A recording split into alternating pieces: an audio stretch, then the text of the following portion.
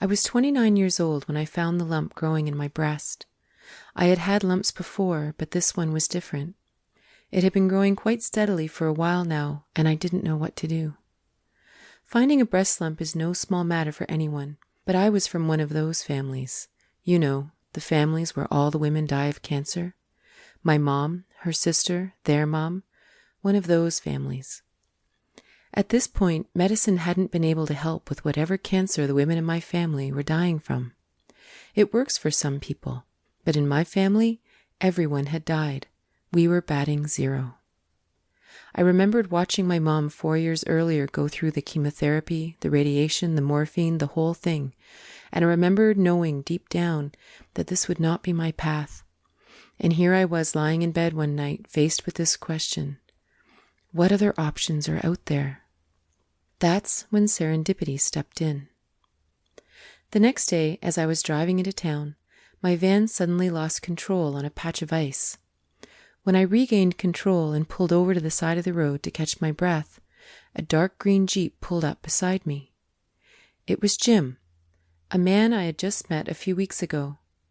As luck would have it, he was someone who did healing work to help people with all kinds of diseases. He wasn't exactly a naturopath, but more like one of those gurus who was so grounded he could see right through your problems with a clarity that allowed him to get straight to the real issue. He was the kind of person that you climb to the top of the mountain to find in the movies. I remember that the first time I met him, I asked him how old he was. Truthfully, if he had said that he was 500 years old, I probably would have believed him. There was a wisdom about him that I had never seen before. It was easy to understand how he helped so many people. "Hey, stranger, those were some fancy moves out there," Jim said. I sputtered something about not knowing why I had spun out, because there wasn't any ice on the road. Then, as my brain started to slow down from the mishap, it dawned on me that I could ask Jim for help with my breast lump. But would he be able to help me? Was this the right path? As I sat there pondering this, Jim started telling me a story. You know, it's a funny thing. My friend's wife just died of breast cancer. What's weird is that they never asked me for help. The doctors said that there was nothing more that they could do for her. They knew that I did work with people, and yet they never even asked. Really weird. I just don't understand that. Yeah, people are weird, eh? Yep, I mean, maybe I couldn't have helped her. Who knows? She might have died anyway.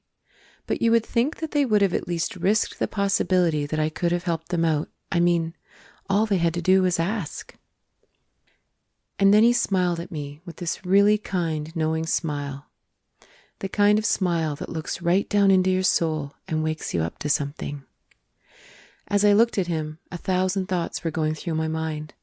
Is this the answer? Would this be the reasonable thing to do, considering my family history? What kind of things might I have to do? Does he have time to fit me in? Finally, I decided.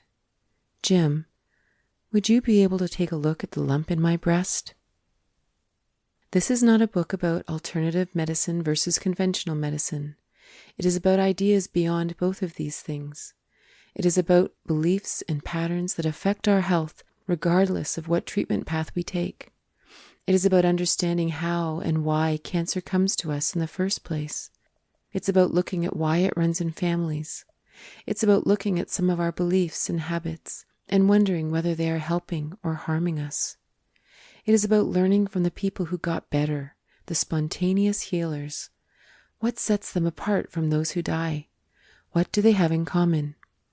What if we could learn from them and make those same changes in our lives before we get sick? What if we could skip the cancer?